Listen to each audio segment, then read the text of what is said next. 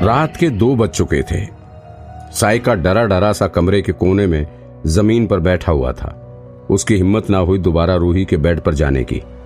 उसकी सुहागरात की सेज इस समय उसे अपनी चिता जैसी नजर आने लगी थी।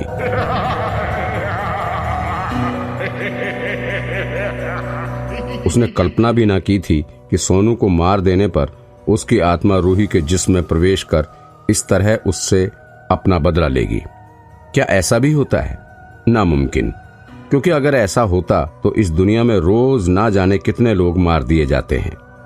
उन्हें मारने वाले ऐश करते हैं। कुछ नहीं होता उनका, क्योंकि कानूनी सजा के लिए सबूत चाहिए होता है, जिसका मिल पाना इतना आसान नहीं होता।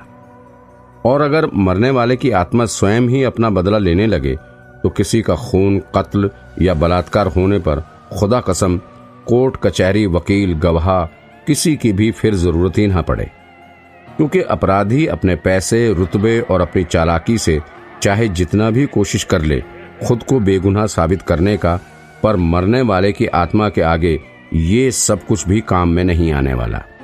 आत्मा को तो आप देख भी ना पाओगे, छू भी ना पाओगे, और वो आपको पलक झपकते मार सकती है और आपको जहन्नुम में पहुंचा सकती है, क्योंकि ये आत्माएं बहुत ही ताकतवर होती हैं। पर हकीकत में ऐसा कहाँ होता है? ये सारी बातें सिर्फ कहानी किस्सों में ही होती हैं। लेकिन सिर्फ उसके साथ ही ऐसा क्यों हो रहा है? क्या वास्तव में मर जाने के बाद किसी की आत्मा इस तरह किसी के शरीर में प्रवेश कर अपनी मौत का बदला ले सकती है? लेकिन सांच को आंच गया। सोनू की आत्मा द्वारा मारा गया वो जोरदार तमाचा, उफ, अभी भी उसके गाल लाल थे जिन्हें वो सहला रहा था।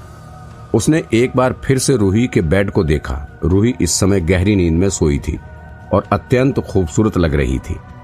चांद सा मुखड़ा, ढलका हुआ आंचल, सुहाग की मधुर बेला, कोई रोक टोक नहीं। आखिर ऐसे में कोई होश में रहे भी तो कैसे? पर इतने खूबसूरत जिस्म में सोनू की आत्मा का प्रवेश, उफ, ये सब क्या है? और तभी रूही की नींद खुल गई और वो मानो कराह रही थी और उसके मुंह से ओह, आह की आवाज आने लगी। ये देख उसकी आंखें फटी की फटी रह गईं, क्योंकि उसे कुछ ऐसा महसूस हुआ जैसे कोई उसके साथ सो रहा है और उसके जिस्म से खेल रहा है। उफ, ये मैं क्या देख रहा हूं? साइका पागलों की तरह अपनी फटी आंखों से रूही की सेज को देखता रहा, किसी और को उसके जिस्म के संग खिलवाड़ करते हुए, और रूही के मुंह से हाय, उफ, मार डाला जैसे शब्दों को सुनता रहा कि अचानक रूही जोर से चीखी, नहीं नहीं, ये गलत है, प्लीज। पर उसकी ये चीख किसी ने ना सुना सिवाय उसके। तभी अचानक उसके मन में ख्याल आया कि शायद इस समय रूही को सोनू की आत्मा से बचाकर वो उसका प्यार पा सकता है और अपने गुनाहों की माफी भी पा सकता है, क्योंकि कुछ देर पहले सोनू की आत्मा ने ही उससे कहा था कि अगर रूही भी तुझे चाहती होती तो शायद मैं तुझे माफ कर देता। मतलब अगर रूही दिल से मुझे प्यार करने लगे तो शायद मैं बच सकता हूँ।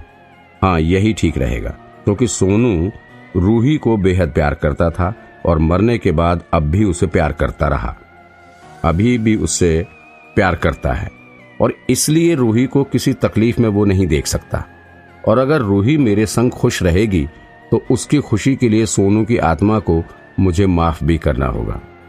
साइका सोच रहा था कि रूही खुद भी इस समय कितनी भयंकर शारीरिक और मानसिक पीड़ा में है। एक जिंदा जिस्म के साथ एक आत्मा का खिलवाड़ किस तरह झेल रही होगी मेरी प्यारी रूही अपने बदन पर सोनू की आत्मा के इस स्पर्श को। मुझे जरूर कोशिश करना चाहिए रूही को इस कष्ट से मुक्ति दिलाने के लिए, क्योंकि अगर मैं ऐसा कर सका तो रूही का प्यार मेरे प्रति शायद और भी गहरा हो जाए, और तब रूही की खुशी के लिए सोनू की आत्मा जरूर मुझे बख्श देगी। ये ख्याल दिमाग में आते ही एक बार फिर उसने साहस बटोरा, अपने स्थान से उठा और रूही के बेड के समीप जाकर उसे हाथ लगाने की कोशिश की, लेकिन तभी उसे एक भयानक करंट सा लगा। उसका सर तेजी से घूमा और पछाड़ खाकर जमीन पर वो गिर पड़ा।